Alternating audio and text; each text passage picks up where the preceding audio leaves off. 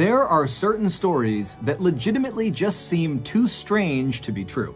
And today's story is definitely one of those. But if you get to the end of this video, you will see that a major American educational institution fact-checked this story really aggressively, and it held up. It really happened. So go into today's very wild story with an open mind. But before we get into that story, if you're a fan of the strange, dark, and mysterious delivered in story format, then you've come to the right place because that's all we do, and we upload once a week. So if that's of interest to you, please offer to read the like button a bedtime story, but badly mispronounce every fourth word. Also, please subscribe to our channel and turn on all notifications so you don't miss any of our weekly uploads. Okay, let's get into today's story.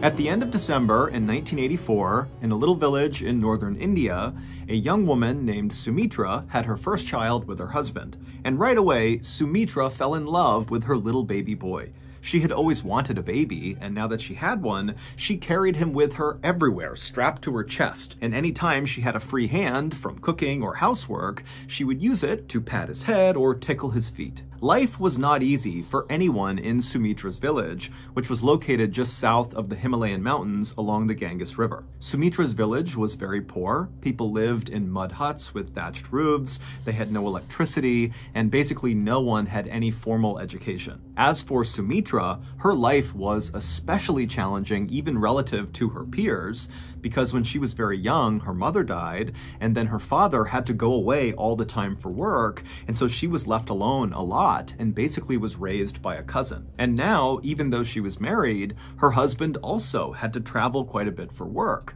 And so Sumitra, she lived with her husband's parents in their hut, but the reality is she wasn't nearly as close with them as she was with her own family, and her own family was nowhere nearby. And so Sumitra's life was really quite lonely, even as an adult. And so when Sumitra had her baby, it was like for the first time in her life, she didn't feel alone, and she was excited about her life. She was happy that something was finally going the way she wanted it to.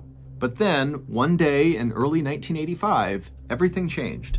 That day, Sumitra, with her son attached to her chest, was walking into town to get water from the well. And as she was walking along the dirt path, she suddenly came to a stop, very rigid, and she dropped her bucket on the ground. A couple of other villagers who were nearby heard the bucket fall. They turned and looked at Sumitra, who was standing there totally rigid. And so one of these villagers, who was very concerned, walked over to Sumitra and asked her what was going on. But Sumitra, she didn't say anything. She just stood there frozen. And this concerned villager looked down at Sumitra's hands, and her fingers were bending back so hard it almost looked like they might break going in the other direction. And then this villager, before asking any more questions, looked up at Sumitra's face, and her eyes had rolled back into the back of her skull, and she had begun grinding her teeth so hard that it was making this loud cracking sound with every movement of her jaw side to side. And so this villager was totally terrified and backed up for a second, and right as they did, Sumitra's baby, who was still strapped to Sumitra's chest, began hysterically crying. And so the combination of Sumitra's baby crying and these other couple of villagers who were staring at Sumitra, who's standing there in this very grotesque pose, attracted the eyes of other nearby villagers. And soon there was a crowd of people just standing there looking at Sumitra, not sure what to do. And then, just as suddenly as Sumitra had fallen into this trance, it stopped, and Sumitra, she kind of shook her head, she fluttered her eyes, and she looked around, and then suddenly became aware that her son is hysterically crying, and also there's this crowd of people all around her. She has no idea why, and so feeling really embarrassed, but again, not knowing what's going on, Sumitra quickly picked up her water bucket, she held her son and hustled out of the crowd of people and made her way into town where she would get water. When Sumitra came back from the well and was back near her hut, she didn't tell anyone about what had happened on the way to the well. Frankly, she couldn't really remember what happened. And so Sumitra told herself that whatever happened on the trail to the well, that trance she fell into, it had to be a one-time thing, likely brought on by stress and sleeplessness from having a new baby. But a few weeks later, it happened again, and this time the trance lasted quite a bit longer. Sumitra's father-in-law had walked into their kitchen and found Sumitra standing there totally rigid with her hands kind of bending backwards and her eyes rolled back in her skull, and he would tell her later on that he had shaken her and tried to wake her up, but he couldn't for almost 10 minutes, and then when she had snapped out of it, she had no memory and had no idea what happened. By May of 1985, so roughly 5 months after her first trance, Sumitra was falling into these bizarre spells nearly every day, and they were lasting hours at a time. And even more bizarre, lately, during Sumitra's trances, she would begin to speak, and the things she said were totally strange. Typically, she would bark out cries for help. She would say her head was being crushed and someone needed to help her. And then suddenly her voice would drop down to a whisper, and she would say, "All I can see is darkness." Sumitra's family would contact the local medicine man who would come out and examine Sumitra, but he couldn't figure out what was wrong with her. Besides her trances, there seemed to be absolutely nothing wrong with her. She was the picture of good health. And then on July 16th, 1985, so roughly 6 months into these trances, Sumitra would fall into another trance while she was cooking, and during this trance, she would speak. Except when she spoke, she was very calm, and she just said, "In 3 days, I'm going to die." By this point, Sumitra was terrified of whatever was happening to her, and she was totally exhausted, and so was her family. Sumitra had stopped caring for her son, who was now about 8 months old, because she was afraid that at any moment she could fall into a trance and accidentally hurt him. And so her mother-in-law had basically become the boy's mother, and also Sumitra's husband, who was the primary breadwinner for the family, was forced to stop traveling for work and just stay home and help out with Sumitra and his son. Finally, on July 19th, 1985, so this was the day that in her trance, Sumitra had predicted she would die, on that day, Sumitra woke up and made a very conscious effort not to do anything that could potentially harm her. She didn't cook because she didn't want to be near flames. She didn't walk near anything with any sort of ledge she could fall off. She didn't even walk downstairs for the same reason. She also kept a very safe distance from her son in order to make sure he was safe. And by late afternoon that day, Sumitra was just fine and there was no sign that anything bad was going to happen to her, and so she and her family began to relax. As Sumitra's mother-in-law began making dinner, Sumitra decided to go outside and get some fresh air. And when she got out there, she saw one of her close friends across the road, and so she waved to her, and as her friend cheerfully began walking closer to Sumitra to say hello, Sumitra suddenly froze, her eyes went back in her skull, her hands became rigid, and she fell into one of her trances. And so this friend, like everyone else in the village, had become quite accustomed to seeing Sumitra in these trances, and so really, the friend was not that concerned when she saw Sumitra doing this, but then Sumitra began doing something in her trance that this friend had never seen before. Sumitra, who normally had her hands by her side during these trances, she began raising her hands up till they reached her forehead, and then wildly Sumitra began clawing at something right above her head, and as she did, her breathing became very loud and labored, and so this friend, feeling suddenly so concerned for Sumitra, rushed over, but when she got right next to Sumitra, there was nothing she could do. Sumitra was just clawing at the sky, breathing really heavily, and then suddenly Sumitra stopped and she put her hands down by her side and she went back to this rigid pose, and then out of Sumitra's mouth came this horrible, low, rattling moan sound. It was just a constant sound that came out of her, and it got deeper and deeper and deeper until Sumitra's voice kind of cracked, and then suddenly Sumitra went totally still. And when this happened, Sumitra's friend, who was right next to her, realized Sumitra, even though she was standing upright, she was not breathing at all. It was like she was a statue. And so this friend began screaming for help. And so Sumitra's in-laws and her husband and other villagers who heard this cry, they came running outside and they quickly circled around Sumitra. And then a few minutes later, the medicine man arrived. He broke through the circle, went right up to Sumitra and began checking her out. He checked her pulse, he checked her heartbeat, he kind of looked inside of her mouth, he looked in her eyes, and then after a minute, he stepped back and he just said, she's dead. Sumitra's husband fell to his knees, and Sumitra's mother-in-law, who was carrying Sumitra's son, began crying. All the while, Sumitra's body still remained totally upright and rigid in the middle of all these people,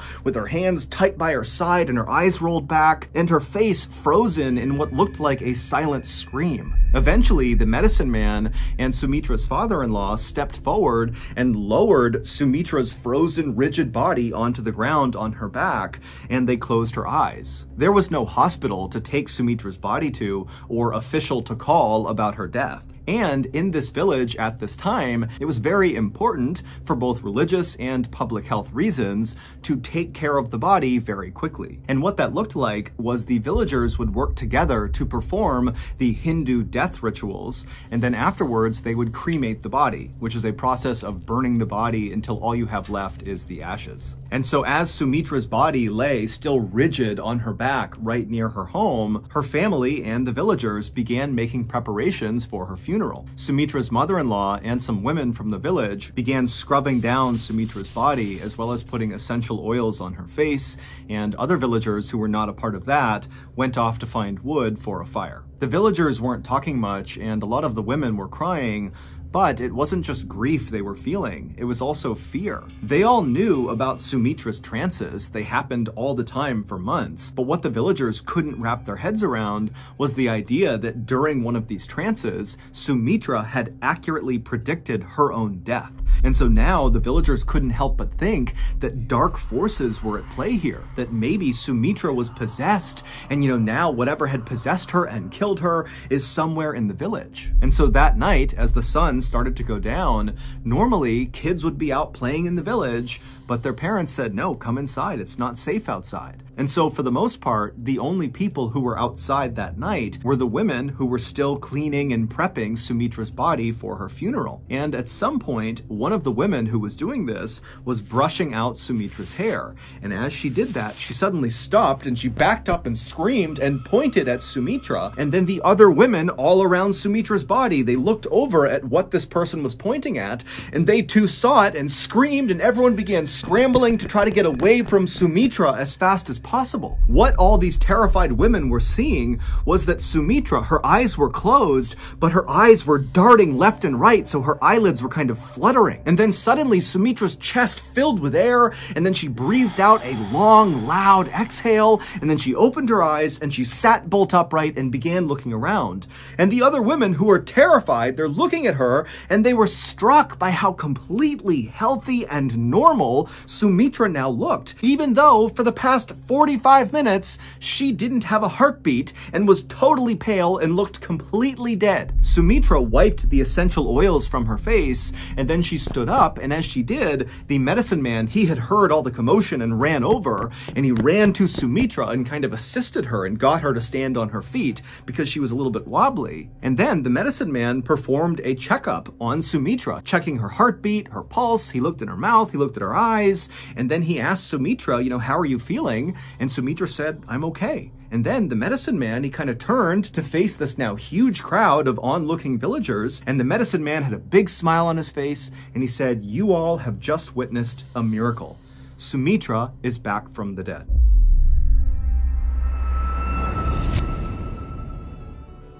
If you've made it this far into today's story, then I think it's safe to assume that you like my style of storytelling, which boils down to true, strange, dark, and mysterious stories with a big plot twist or reveal at the end. If I'm right, and this is your kind of content, then I have a surprise for you. In addition to the hundreds of strange, dark, and mysterious stories here on our main YouTube channel, MrBallen, we also have a podcast called the MrBallen Podcast that puts out brand new podcast exclusive stories every Monday morning. And on Thursday mornings, we put out the remastered audio of our best YouTube videos. Go listen to all 100 plus episodes of the MrBallen Podcast, available exclusively on Amazon Music with your Prime membership. If you're not a Prime member, you can still listen to the MrBallen Podcast by subscribing to Amazon Music Unlimited in the Amazon Music app. Download the app today.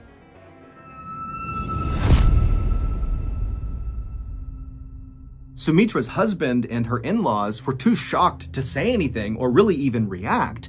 But then suddenly, Sumitra's husband was overcome with joy and he ran forward to hug Sumitra. But as Sumitra turned and saw him coming towards her, she backed up suddenly and put her hands out to protect herself from her husband. And immediately the medicine man, he kind of stepped in between the husband and Sumitra, and he patted the husband on the shoulder and said, you know, she's been through something very traumatic. You need to give her time and space to recover. And everybody in the village who saw this happen, they were accustomed to whenever Sumitra fell into one of her trances, when she came out of them, she oftentimes was a little bit confused. And so they all just kind of assumed that this is what was happening, but on a bigger scale. You know, this is a really intense trance they've seen, but she's just confused. She'll be okay soon. And so the villagers dispersed, and the medicine man assisted Sumitra back into her hut, and he got her in her bed where she fell asleep. And then afterwards, the medicine man reassured Sumitra's husband and her in-laws that Sumitra, when she woke up, she'd likely be just fine, but he would come by and he would do another thorough medical exam on her just to make sure. And the next morning, when Sumitra woke up,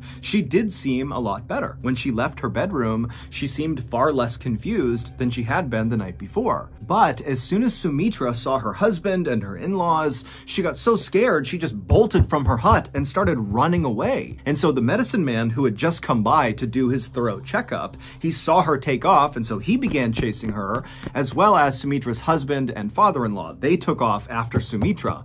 And finally, when Sumitra's husband caught up to Sumitra, he grabbed her by the arm to stop her, and Sumitra ripped her arm away from him, and she said, "How dare you touch another man's wife?" And as the husband kind of ushered Sumitra back towards their house, she continued to say, "You're not my family, this is not my home." And then finally, Sumitra's husband and the medicine man had to literally drag Sumitra to get her to go back inside the hut. And as they dragged her inside, she kept screaming that her name was Shiva Dwivedi and her in-laws had killed her. Over the next couple of days, the medicine man and Sumitra's family tried everything they could to try to snap her out of what seemed like a really long trance, but nothing they did worked. It seemed like Sumitra had just kind of lost her mind. Sumitra began refusing to touch her beloved son, and instead would demand that someone bring her Rinku and Tinku, but when no one knew who or what she was talking about, Sumitra would just get furious. Sumitra had never gone to school, and so did not know how to write, but now suddenly in this new trance that she was in, Sumitra would go inside of her bedroom and write these long, totally unhinged sounding letters to total strangers, asking them to come please take her home. And when she wasn't doing that, she was typically outside in the courtyard looking at a scar on her foot, wondering how she got it. Sumitra also began wrapping her sari, which is a type of dress fabric, in a new and strange way around her head. She also refused to eat off of any dishes that her family had previously used, and her voice began to sound different. It was higher pitched and much faster, and the way she spoke was always so rude. And so eventually, Sumitra's husband and her in-laws and everybody in the village just kind of resigned themselves to the fact that when Sumitra had not had a heartbeat for 45 minutes when she died, during that time, she likely suffered serious brain damage, or at a minimum, when she kind of came back from the dead, she suffered some kind of psychological break. And so that was why she was acting the way she was. And soon, people just stopped trying to break Sumitra out of this trance she was in, and instead, they all focused on just trying to keep her from running away or hurting herself. And then one day, on October 20th, 1985, so 3 months after Sumitra had died for 45 minutes, Sumitra's family heard a knock on their front door. When Sumitra's husband went to the door and opened it up, he saw there was this older gentleman standing there wearing a suit and nice shoes, standing several feet back from the door, as if he was kind of shy but felt compelled to knock on the door. Now, right off the bat, this man looked totally out of place to Sumitra's husband. Nobody in this village wore suits or nice shoes. In fact, most people, including Sumitra and her family, didn't even wear shoes. But even stranger than what this man was wearing was what he was clutching against his chest. He had this huge leather-bound book with gold trim around the edges that he was holding onto very tightly as if it was very important. And so finally, this strange man, who was visibly nervous and rocking back and forth, began to speak.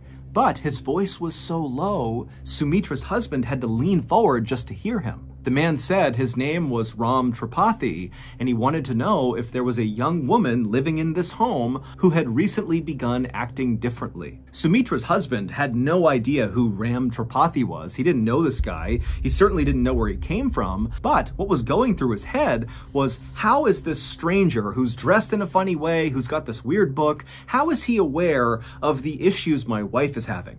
And so after a long pause, Sumitra's husband just kind of looks Ram Tripathi up and down a couple of times and then says, "Wait right here, I'll be right back." And then Sumitra's husband turned around, he walked through the hut into Sumitra's bedroom, and kind of matter-of-factly, he said to Sumitra, who was sitting there writing another letter, that there's a strange man outside named Ram Tripathi, and he's asking about you. Sumitra's husband expected Sumitra to just turn and look at him with a blank stare like she had been doing the last few days. But this time she turned and looked up at him with a huge smile on her face, and then she leapt up and ran to the front door and leapt into the arms of Ram Tripathi. And Ram Tripathi, he was kind of taken aback, still holding his book, not really reacting to what Sumitra was doing. And at some point, Sumitra leans in and whispers something into Ram Tripathi's ear, and Ram Tripathi, he reacted to it very negatively. He kind of looked up at her and looked over at Sumitra's husband like something was wrong, but Sumitra's husband couldn't tell what Sumitra had said, and so the whole situation made no sense to Sumitra's husband, and apparently it also made no sense to Ram Tripathi. And so pretty quickly, Ram Tripathi kind of pushed Sumitra off of him and took a few steps back and looked at Sumitra and said, "What's your name?" And Sumitra is now looking at Ram Tripathi with a look of anger and betrayal on her face, and she says, "My name is Shiva Dwivedi." Ram Tripathi, after hearing this, did not respond, and instead just kind of gestured over to a low wall just outside of their house for he and Sumitra to go sit down on. And so he walked over, and Sumitra followed him, they sat down, and Sumitra's husband, he walked over, but he stayed a couple of feet back standing up. And once Ram Tripathi was sitting down, he lowered his big leather-bound book and he opened it up, and inside were all these photographs. And right away, Ram Tripathi pointed at one of the pictures, which contained a bunch of people in it, and he turned to Sumitra and he said, "Can you identify who's in this photo?" And Sumitra, she looked at the photo and immediately began rattling off names that were all correct. These are people that Sumitra's husband, he's looked over, and he's got no idea who the people are in that photo. And so after Sumitra correctly identifies that photo, Ram Tripathi turns the page, he picks out another photo, and he says, "Can you identify who's in this photo?" And again, Sumitra, one by one, would name correctly all the people in the photo. And then finally, Ram Tripathi took a sigh, and he flipped the page one more time, and he pointed to one particular picture which contained one person. And he looked at Sumitra and he said, "Do you know who this is?" And Sumitra, she would look over at the photo, and instead of immediately saying the name, she paused, and she kind of began to breathe heavy, and she seemed kind of angry, and then she looked at Ram Tripathi and she said, "I know who that is. That's my sister-in-law, and she killed me by hitting me over the head with a brick." And at this, Ram Tripathi dropped his book on the ground, and he turned and embraced Sumitra as hard and as intensely as she had when she had run out and leapt into his arms. And he and Sumitra, they hugged and cried for a long time. And then finally, when they separated, Ram Tripathi turned to Sumitra's husband, who's still just standing there totally bewildered, and he tells him, "Let's go inside and I'll explain everything." Once Ram Tripathi was inside with Sumitra and her family, he told them an unbelievable story about a woman named Shiva Dwivedi. Shiva Dwivedi was, of course, the name that Sumitra for months had been saying was her own. But over those few months, her family had just assumed that that name meant nothing and that what she was saying was nonsense because of her brain injury. But Ram Tripathi would tell them that Shiva Dwivedi was the name of a young woman who lived in a city none of them had ever heard before, located about 60 miles away from their village. He would tell them that Shiva was a very wealthy woman who was college educated, and she had 2 young sons. And it would turn out that Shiva's youngest child was born almost on the same day that Sumitra's child was born in December of 1984. But unlike Sumitra, who after the birth of her child felt like her life got so much better, she loved her family, she was excited about the future, for Shiva, it was the opposite. When her first child arrived, it was like her life got worse and worse and worse. Shiva's in-laws had grown to hate her. They didn't like that she was so well educated, and they hated the family she came from. And so by early 1985, when by this point Sumitra was regularly falling into those trances with her eyes rolling back and her teeth gnashing, the tension and fighting in Shiva's home, 60 miles away, was reaching an almost unbearable level. Shiva began writing these long letters that she would send to her family far away, where she would detail waking up almost every night with nightmares, screaming. And in May of 1985, which is when Sumitra began speaking during her trances, Shiva got into the biggest fight she had ever gotten into with her in-laws about attending a family wedding. And on the night of May 18th, 1985, Shiva's neighbors in her city saw Shiva's in-laws literally carrying Shiva's body, which appeared to be unconscious, as they walked along the railroad tracks. When these neighbors ran up and asked if everything was okay with Shiva, Shiva's in-laws just said, "Oh, you know, she's sick and we're taking her to the hospital." Now, it was nighttime, there were no lights around, and so it was really dark, and these neighbors couldn't get a good look at Shiva to see, what was going on with her. And so even though they thought this was very strange, they decided not to say anything. The next morning, Shiva's dead body was found lying on the train tracks right near the train station. And so someone raised the alarm, and before long, Shiva's uncle and sister ran to the train station, and when they got there and saw Shiva on the tracks, they also saw Shiva's in-laws were already there. And when they spoke to Shiva's in-laws, they told the uncle and the sister that it looks like Shiva must have jumped in front of a train to commit suicide. But the uncle and sister are looking down at Shiva's body, and there appeared to be really no markings, bruises, cuts of any kind on her body that you would expect from getting hit by a train, except Shiva did have a very big mark on her head.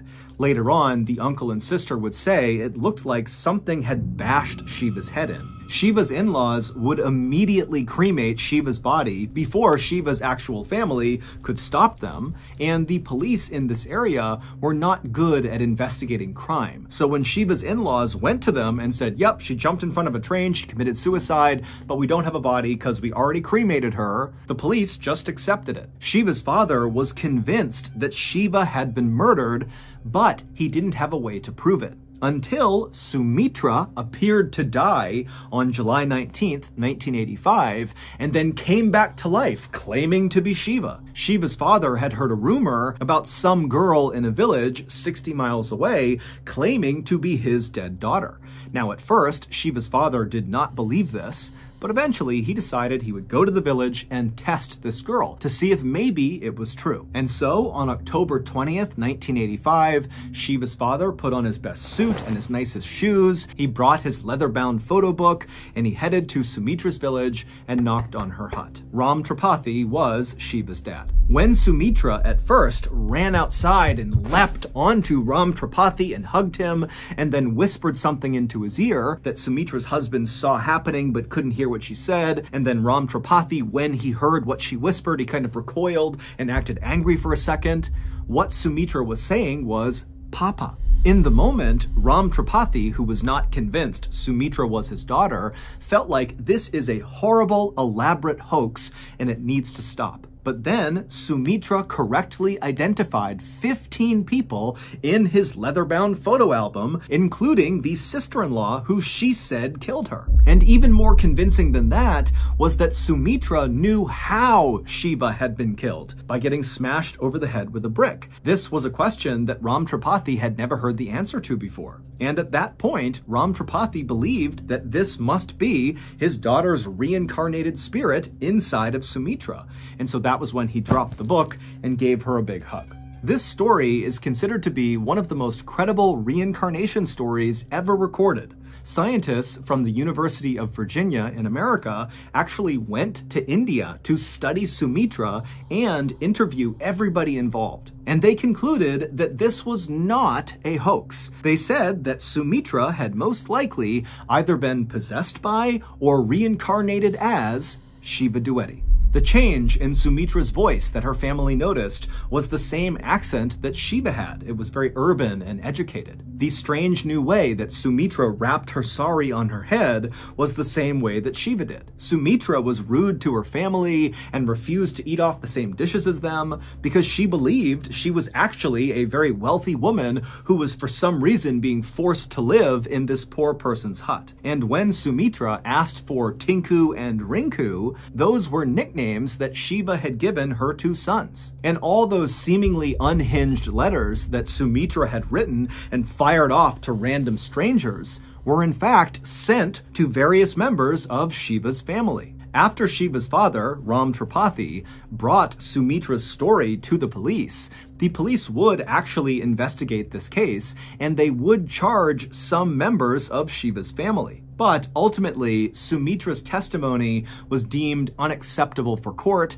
and so the case was never officially solved. As for Shiva's in-laws, they have always denied killing her. Sumitra lived the entire rest of her life as Shiva, and Shiva's real parents accepted her as their daughter. Sumitra also came to accept her son and raised her son with her husband in their little village until she died in 1998. So that's going to do it. If you got something out of today's episode and you haven't done this already, please offer to read the like button a bedtime story, but badly mispronounce every fourth word. Also, please subscribe to our channel and turn on all notifications so you don't miss any of our weekly uploads. We have a podcast called the MrBallen Podcast that puts out brand new exclusive stories on Monday mornings, and on Thursday mornings we upload remastered audio of our best YouTube videos. Again, it's called the MrBallen Podcast, and it's available exclusively on Amazon Music. Consider donating to our charity. It's called the MrBallen Foundation, and it provides support to victims of violent crime as well as their families. Monthly donors to the MrBallen Foundation Honor Them Society will receive free gifts and exclusive invites to special live events. Go to MrBallen.Foundation and click on Get Involved to join the Honor Them Society today. We have two additional YouTube channels, MrBallen Shorts and MrBallen en Espanol. We post near daily content on TikTok, Snapchat, and Facebook. The page names are all just MrBallen. If you want to get in touch with me, please follow me on any major social media platform and then send me a direct message. My username is just @MrBallen, and I really do read the majority of my DMs. Check out our merch at shopmrballen.com, and if you have a story suggestion, please submit it to our subreddit just called MrBallen. It's linked in the description below. So, whether I see you on Twitter, Instagram, TikTok, Reddit, YouTube, Facebook, other YouTube channels, the podcast, wherever, just know that I really appreciate your support, and until next time, that's going to do it. See ya.